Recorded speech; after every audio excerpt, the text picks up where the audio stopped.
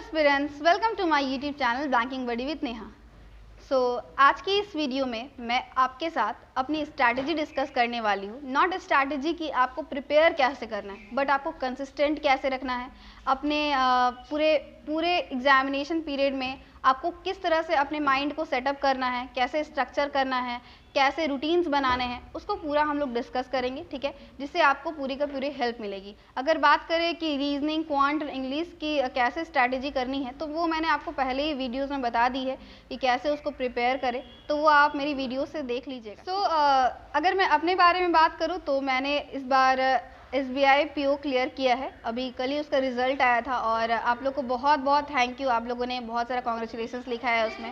And इसके अलावा मैंने RRB ऑफिसर स्केल 1 भी क्लियर किया था और फिर RRB ऑफिस असिस्टेंट भी क्लियर किया था और IPS PO का इंटरव्यू दे के आई हूँ, जिसका रिजल्ट आ जाएगा 1 अप्रैल को, तो मैं आपको ज़रूर शेयर करूँगी, ठीक है। तो लेट्स स्टार्ट आवर वीडियो कि इसमें बेसिकली हम लोग माइंडसेट के ऊपर बात करने वाले हैं। जो भी हम लोग फेस करते हैं कि कभी कभी पढ़ने का बहुत मन करता है, फिर कभी पढ़ने का मन नहीं करता है, सोचते हैं कि अब नहीं हो पाएगा, आगे गिव अप कर दे, या फिर जो स्टार्टिंग है समझ में नहीं आता है कि कैसे प्रिपेयर स्टार्ट करें, उसको कैसे कंटिन्यू। क्या करना है कि डिसाइड कर लीजिए कि आप अपना 1 साल या 1.5 साल जो भी है वो अपना देने वाले हैं एक एग्जामिनेशन के थ्रू, ठीक है। कुछ लोगों को 6 मंथ्स में कुछ लोग क्लियर कर लेते हैं, कुछ लोग 1 ईयर में क्लियर करते हैं, कुछ लोग 1.5 ईयर में, और कुछ लोग को 2-3 साल भी लग जाते हैं, ठीक है। तो ये अब आपके ऊपर डिपेंड करता है कि आपका बेसिक लेवल कैसा है, आपकी मतलब जो आपका बेसिक है, जैसे आपका इंग्लिश कैसा है, आपका क्वांट कैसा है, थोड़ा अभी अगर वो सही है तो आपको थोड़ा कम टाइम लगेगा, लेकिन अगर वो नहीं है तो ऐसा नहीं कि आपका नहीं क्लियर होगा, वो भी क्लियर होगा, लेकिन आपको ज़्यादा टाइम लगेगा और आपको ज़्यादा मेहनत करनी पड़ेगी, ठीक है, और आपको पेशेंस रखना होगा थोड़ा ज़्यादा, ठीक है। तो सबसे पहले आप ये डिसाइड कर लीजिए कि मैं इस एग्जामिनेशन को अपना ये देने वाला हूँ, और पूरा इन्वॉल्व होइए। आधे में मत रहिए कि पता नहीं है निकलेगा कि नहीं निकलेगा, कर तो रहा हूँ प्रिपेयर, पर हो सकता है ना निकले, ये मत सोचिए। जब आप दे रहे हैं 1 साल तो दीजिए, उसके बाद जो होगा वो बाद में देखा जाएगा। Give the best in that time, okay. And second thing है कि फिक्स अ टाइम फ्रेम को फिक्स कीजिए कि आपको वीकली क्या करना है, मंथली क्या करना है, डेली क्या करना है, ठीक है। ऐसा नहीं सोचना है कि हमको पढ़ना है मतलब क्या पढ़ना है, ये पता होना चाहिए ना कि इस वीक में मेरा परसेंटेज और रेशियो प्रोपोर्शन कंप्लीट हो जाना चाहिए, ठीक है। उसमें से जो भी क्वेश्चन आएगा मैं बना लूँगी। इस वीक में मेरा 5 मॉक टेस्ट कंप्लीट हो जाना चाहिए। तो ये अगर आप लेके चलते हैं कि मेरा वीकली क्या हो रहा है, अगर आप उसमें से 80% भी कर लेते हैं, अगर 100% नहीं भी कर पाते हैं तो वो आपके लिए बेनिफिट है। लेकिन अगर आप बिना टारगेट लिए बस चलते जाते हैं तो फिर वो आपको थोड़ा सा प्रॉब्लम ज़्यादा होगा, ठीक है। थोड़ा टारगेट लीजिए कि आज मैं क्या कर रहा हूँ, फिर कल मतलब वीकली कैसे मैं अचीव कर रहा हूँ, मंथली कैसे अचीव कर रहा हूँ, पूरा उसको स्ट्रक्चर कीजिए, ठीक है।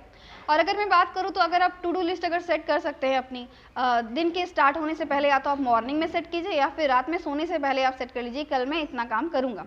बहुत ज़्यादा अपने आप को प्रेशराइज नहीं करना है, क्योंकि आप वो एक दिन करेंगे टू डू लिस्ट फॉलो 10-12 घंटा वाला, 2 दिन करेंगे फिर नहीं कर पाएंगे, ठीक है। तो फिर वो अपने हिसाब से आप धीरे धीरे उसका कोर्स बढ़ाएंगे ना, कि अगर अभी आपको जैसे आदत है कि आप 4 से 5 घंटा पढ़ सकते हैं, फिर धीरे धीरे आप अपनी ज़रूरत के हिसाब से, अगर आपको ज़रूरत लग रही है कि मुझे और मेहनत करने की ज़रूरत है, आप उसको हिसाब से अपना कोर्स और मतलब टाइम टेबल और बढ़ाइए, टू डू लिस्ट कीजिए और उसमें देखिए कि आप कितना कर सकते हैं और आपने कितना किया, और ये भी देखिए कि आप क्यों नहीं कर पाए पूरा, ठीक है ना। तो उसको थोड़ा ध्यान रखिएगा।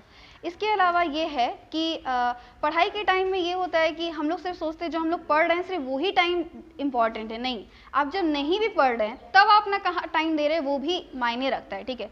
तो अपने टाइम को नेगेटिव चीज़ों को सुनने में व्यस्त मत कीजिए, ठीक है ना। कि आप कोई भी ऐसा न्यूज़ देख रहे हैं जिसके कारण आपको इफेक्ट ज़्यादा हो रहा है, या फिर आप कोई वीडियोज़ देख रहे हैं जिसके कारण आपको प्रॉब्लम हो रही है, आप सोच रहे हैं कि ऐसा क्यों हो रहा है वर्ल्ड में, ये वो दिस दैट, ठीक है। थोड़ा सा जानकारी आपको हर चीज़, आप न्यूज़पेपर पढ़ेंगे, आप एक पर्टिकुलर एक स्टैंडर्ड न्यूज़पेपर पढ़ेंगे तो आपको एक अनबायस्ड व्यू मिलेगा, लेकिन कुछ ऐसे अगर आप वीडियोस देखेंगे जहाँ पे बायस्ड व्यूज़ होते हैं तो उस चीज़ों को थोड़ा अवॉइड कीजिए, ठीक है ना।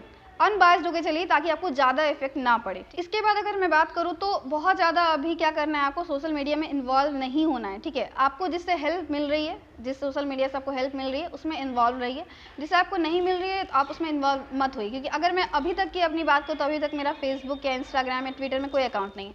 सोशल मीडिया में बस मैंने अभी तक व्हाट्सएप और यूट्यूब ही चलाया है, ठीक है। तो ये मैंने चूज़ किया था अपने लिए, क्योंकि मैं चाहती थी कि मैं ये सब में फोकस अपना इन्वेस्ट ना करूँ। लेकिन अगर आपको लगता है कि आपको उससे हेल्प मिल रही है तो आप उसको चला सकते हैं, लेकिन उसके लिए भी एक प्रॉपर टाइम टेबल के साथ, क्योंकि ऐसा नहीं कि आप कुछ देखने बैठ रहे हैं फेसबुक पे और फिर आपका 1.5-2 घंटा बस उसी में जा रहा है, आपको उससे आई में भी स्ट्रेन आएगा, फिर आप उसमें ब्रेन में फीड करेंगे, उसको भी तो एक रेस्ट चाहिए ना। अगर कुछ नहीं कर रहे तो सो जाइए, समझ में आ रहा है, एक्सरसाइज कर लीजिए, ऐसा चीज़ कीजिए जो आपको हेल्पफुल रहने वाला है, पढ़ाई के टाइम में आपको कंसंट्रेशन को बढ़ाने वाला है, ठीक है।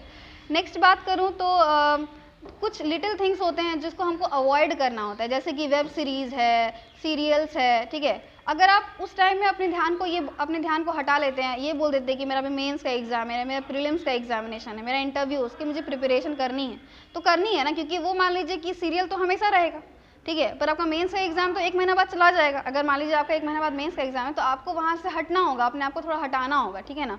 और जो भी चीज़ है आप जिसमें मतलब जिस तरफ अगर आप जो चीज़ आप पसंद करते हो उसको थोड़ा थोड़ा अवॉइड आपको करना होगा। लिटिल सैक्रिफाइस तो आपको करना ही पड़ेगा। मैं आपको बहुत बड़ी सैक्रिफाइस की बात नहीं कर रही हूँ, थोड़ा बहुत सैक्रिफाइस कि आप कुछ अगर मान लीजिए फ्रेंड्स के साथ अगर पार्टी करने जाना, नहीं भी जाएंगे तो क्या हो जाएगा, बात समझ में। फ्रेंड्स नीड में है तो उसको जाइए, ज़रूरत है तो जाना है, लेकिन थोड़ा थोड़ा नीड और वांट में जब आप अंतर करना सीख जाते हैं कि क्या ज़रूरत है और क्या मैं शौक से कर रही हूँ, ठीक है, तो फिर वो बहुत अच्छा रहता है, ठीक है।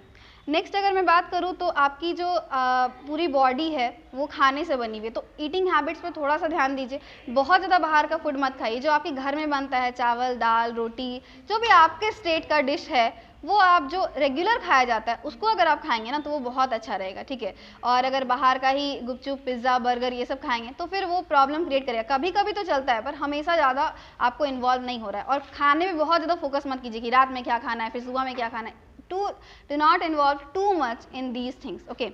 इसके अलावा मैं बात करूँ तो अपने माइंड को पॉजिटिव रखने का एक सबसे बड़ा उपाय ये है कि थोड़ा ग्रैटिट्यूड रखिए अपने आप में। आपके पास जो भी है वो आपको मिला है, ठीक है ना।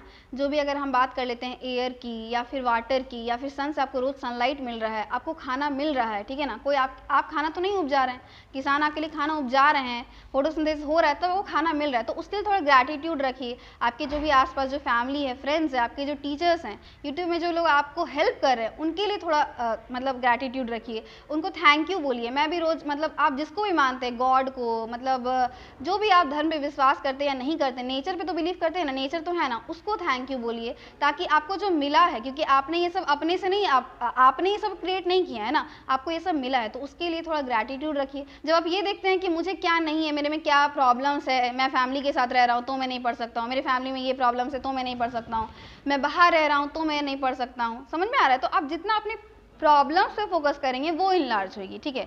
आप जितना ये देखें कि मेरे पास क्या है, आपका माइंड ये बोलेगा कि तुम्हारे पास ये है, बहुत सारे लोगों के पास तो ये भी नहीं है, तो अच्छा करना है तुमको, ठीक है।